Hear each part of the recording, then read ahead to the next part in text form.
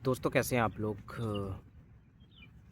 स्वागत आपका एक नई वीडियो में। दोस्तों आज हम बात कर रहे हैं कि किस तरह से फेक फेमिनिज्म आजकल अपने पैर पसार रहा है बुरी तरह से, कि किस तरह से हर लड़की हर औरत को लग रहा है कि वो शोषण उसका हो रहा है या शोषण किया जा रहा है। क्यों उसको ये लग रहा है उसके अधिकारों का हनन किया जा रहा है, क्यों उसको ये लग रहा है कि कहीं ना कहीं उसको वो नहीं करने दिया जा रहा है जो वो करना चाहती है। Something is missing. ये क्यों हर लड़की हर औरत को लग रहा है?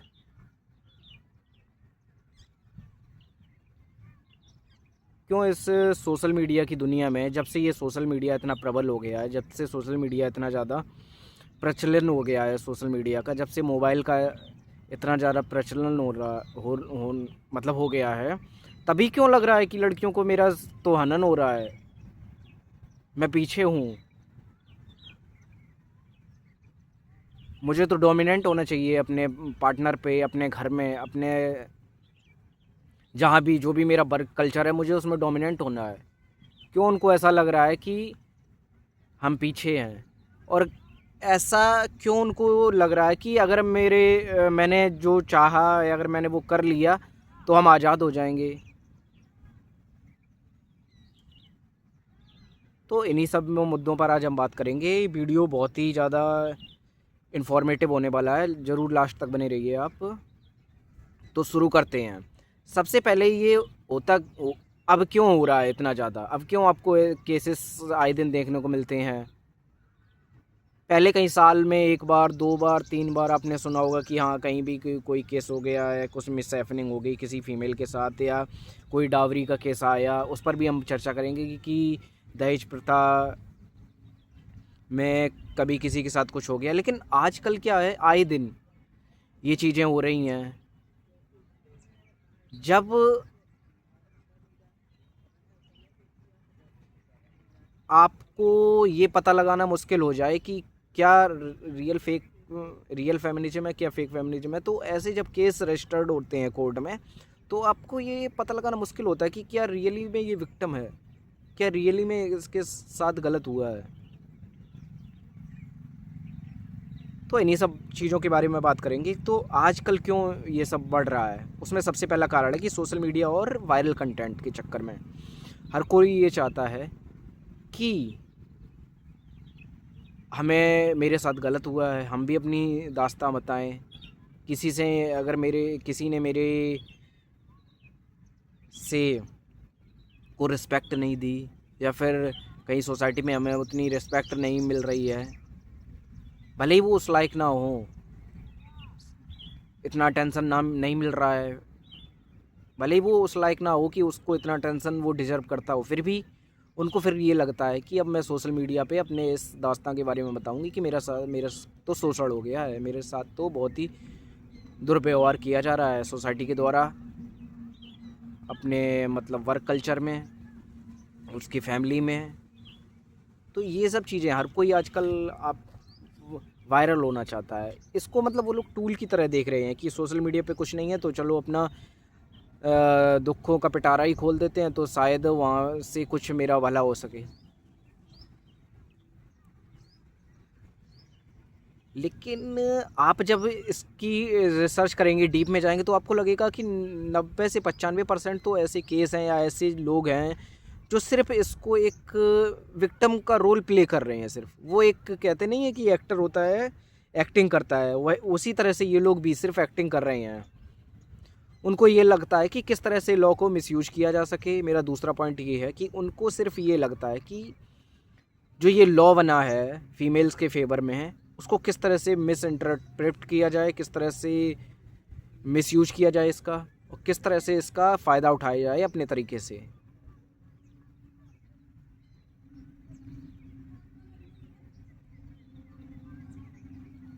आजकल आए दिन हर कोई भी ये सोचता है कि मेरे साथ ये गलत हुआ, या फिर मेरे साथ दुर्व्यवहार हुआ। अगर कोई किसी को अटेंशन नहीं दे रहा है तो उस पर लीगल केस कर देते हैं, फॉल्स केसेस उसके खिलाफ रजिस्टर करा देते हैं, और जहाँ पर अपना जो लीगल सिस्टम इतना ज़्यादा, लॉ एंड ऑर्डर इतना ज़्यादा स्ट्रिक्ट नहीं है कि हाँ उसके ऊपर पूरी तहकीकात की जाए कि हाँ क्या रियल में ये जो विक्टिम रोल प्ले कर रही है ये लड़की या लेडीज, क्या रियली में मतलब इसके साथ कुछ गलत हुआ है, क्या ये रियली में ये डिजर्व करती है एक लीगल एक्शन।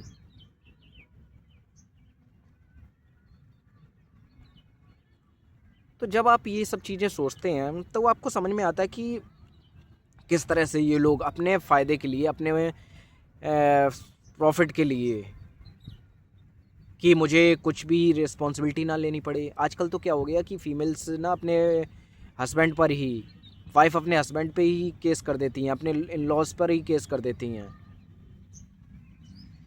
कि इसने मुझे टॉर्चर किया, इसने मुझे मतलब ये मेरा शोषण करता है। तो ये सब चीज़ें जब आ जाती हैं तो ये आपको पता लगाना बहुत मुश्किल हो जाता है कि क्या रियल है और क्या फेक है, मतलब क्या, मतलब सही में ये विक्टिम है या फिर ये विक्टिम कार्ड प्ले कर रही है। डावरी केसेस की बातें करें तो वहाँ पे आप देखते ही हैं, अतुल सुभाष का केस आपने सुना होगा, बहुत ही चर्चित रहा है। यहाँ पे राजा रघुवंशी का केस सुना होगा।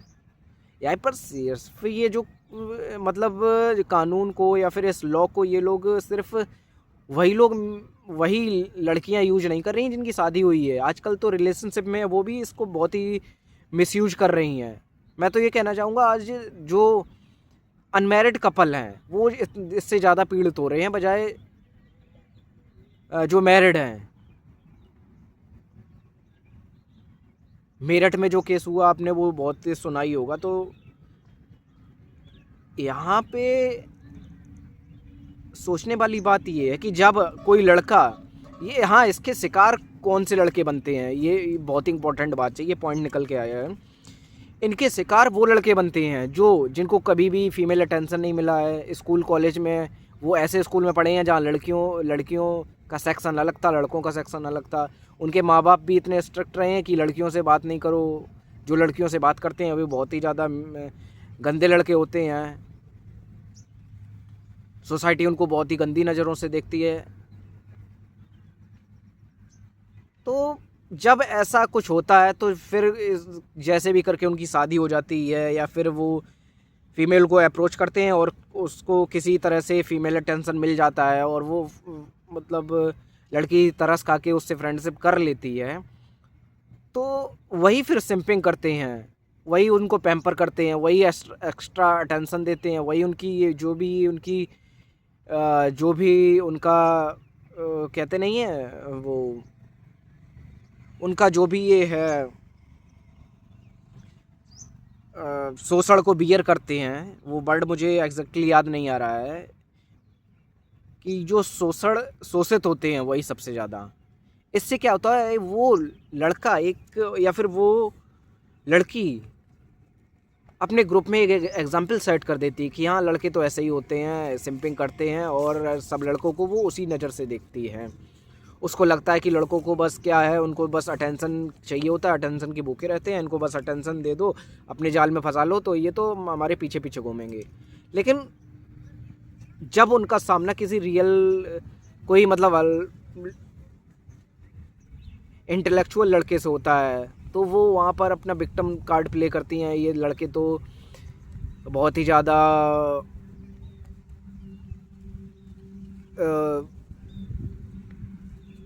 एरोगेंट होते हैं, बहुत ही ज़्यादा इनमें मतलब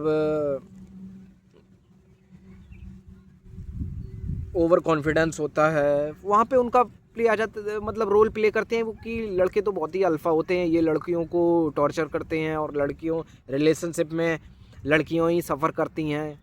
क्योंकि जब इनको फ़ायदे उठाने होते हैं या फिर जब लड़के से फ़ायदा होता है तब तो ये उस चीज़ को बहुत अच्छे से पैम्पर करवाती हैं उस लड़के से, सिंपिंग करवाती हैं उस लड़के से। अब अगर कोई लड़का इनको मतलब समझ जाता है, इनकी ये एक्टिविटी को समझ जाता है और वो अपने माइंड का यूज करता है और वो उतना ही अटेंशन देता है जितना वो डिजर्व करती है। भाई आप अगर खूबसूरत हो तो इसका मतलब ये नहीं है कि कोई भी तो आप ये डिजर्व करती हो कि आपको कोई भी सिंप कर रहा है, आपको कोई भी पैम्पर कर रहा है, आपको एक्स्ट्रा अटेंशन चाहिए। आप एक कॉल कर रहे हैं तो जब आप कॉल कर रहे हैं पलट के उधर से 40 कॉल आ रहे हैं, आप 24 घंटे बात कर रहे हैं। ये किस तरह का है? ये तो शोषण है, दोनों एक दूसरे को शोषण करने में लगे हुए हैं, मेंटली एक दूसरे को टॉर्चर करने में लगे हुए हैं।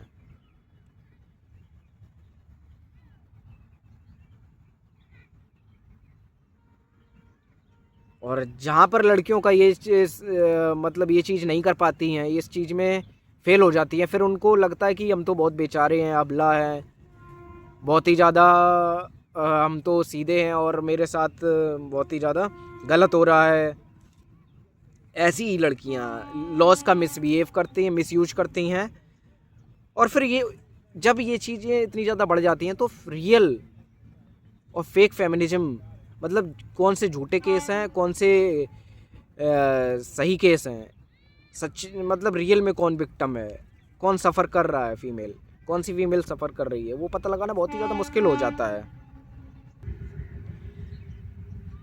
तो यहाँ पर मैं लड़कों को स्पेशली मैं नेक्स्ट वीडियो भी बनाने वाला हूँ लड़कों पे लेके, कि किस तरह से लड़के अपने पेशेंस को कि सिंपिंग करना और एक्स्ट्रा अटेंशन देना किसी को, इससे कुछ नहीं होता है, आप कुछ नहीं साबित कर लेते हैं। इस पर मैं ज़रूर वीडियो बनाऊंगा, आने वाली वीडियोस में आपको देखने को मिलेगा कि किस तरह से लड़कों को यहाँ पर अपना रोल प्ले करना होगा। तो यहाँ पर मैं बात करता हूँ फेक फेमिनिज्म के बारे में, और आपको इस चीज़ को समझना है कि आप कह रहे हैं कि नहीं, आप ये गलत कह रहे हैं कि मतलब इतना शोषण नहीं हो रहा है लड़कियों का।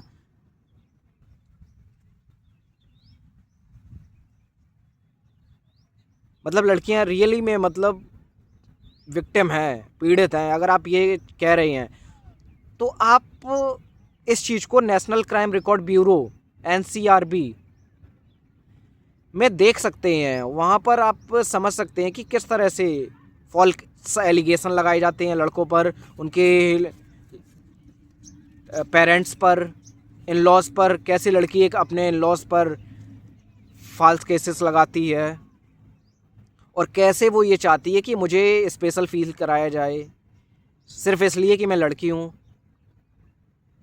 मैं हमेशा वो काम करना चाहती हूँ जो मुझे पसंद है। और ये लड़कियाँ आजकल लव मैरिज और इन सब चीज़ों में क्यों पड़ी हुई हैं पता है आपको? ये इसलिए सिर्फ पड़ी हुई हैं, इनको लगता है कि हाँ, इनको हमेशा ये लगता है कि हम अपने जो भी हम खूबसूरत हैं या फिर हम दिखने में अच्छे हैं, इससे भी किसी भी चोमू टाइप के लड़के को मैं अट्रैक्ट मतलब फंसा लूँगी अपने जाल में, और फिर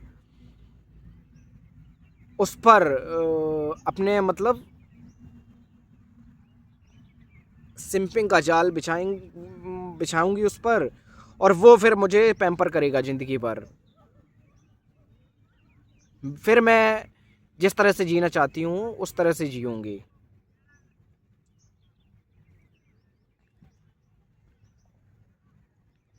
अगर लव मैरिज इतना ही ज़्यादा सफल है, इस पर मैं नहीं जाता हूँ, फिर भी एक रिव्यू मैं दे देता हूँ। अगर लव मैरिज में आपने एक दूसरे को समझ ही लिया है, फिर क्यों होता है कि आपको एक्स्ट्रा मैरिटल अफेयर की फिर भी ज़रूरत होती है? फिर क्यों होता है कि आप लव मैरिज कर लेते हैं, 10 साल से आपका रिलेशनशिप होता है, लेकिन 2 महीने नहीं हुए होते हैं जब आप शादी करते हैं, और 2 ही महीने में आपको लगता है कि अरे मैंने सोचा तो कुछ और था, ये तो कुछ और निकला। ये तो बहुत केयरिंग अपने आप को बताता था शादी से पहले, अब तो ये कुछ और ही, इसको तो मुझे मतलब ये तो अपने आप को एक्स्ट्रा अटेंशन मांग रहा है मेरे से। ये तो चाहता है कि इसको स्पेशल फील कराया जाए हमेशा। पहले तो ये मेरे आगे पीछे घूमता था, तो ये सब चीज़ें निकल के आती हैं।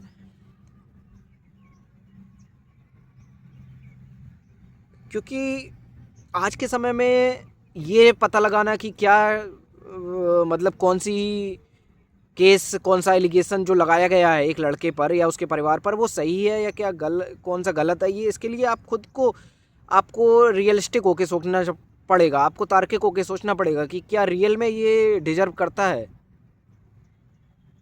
सफरिंग, क्या रियल में ये लड़का डिजर्व करता है, क्या रियल में इसने कुछ गलत किया है उस लड़की के साथ जो इस पे फॉल्स एलिगेशन लगा रही है। क्या आप चाहते हैं कि मैं यहाँ पर कोई स्पेसिफिक केस, स्पेसिफिक लॉ के एग्जाम, सपोज 149 एक पर होने वाले मिसयूज पर कोई भी डिटेल दूं?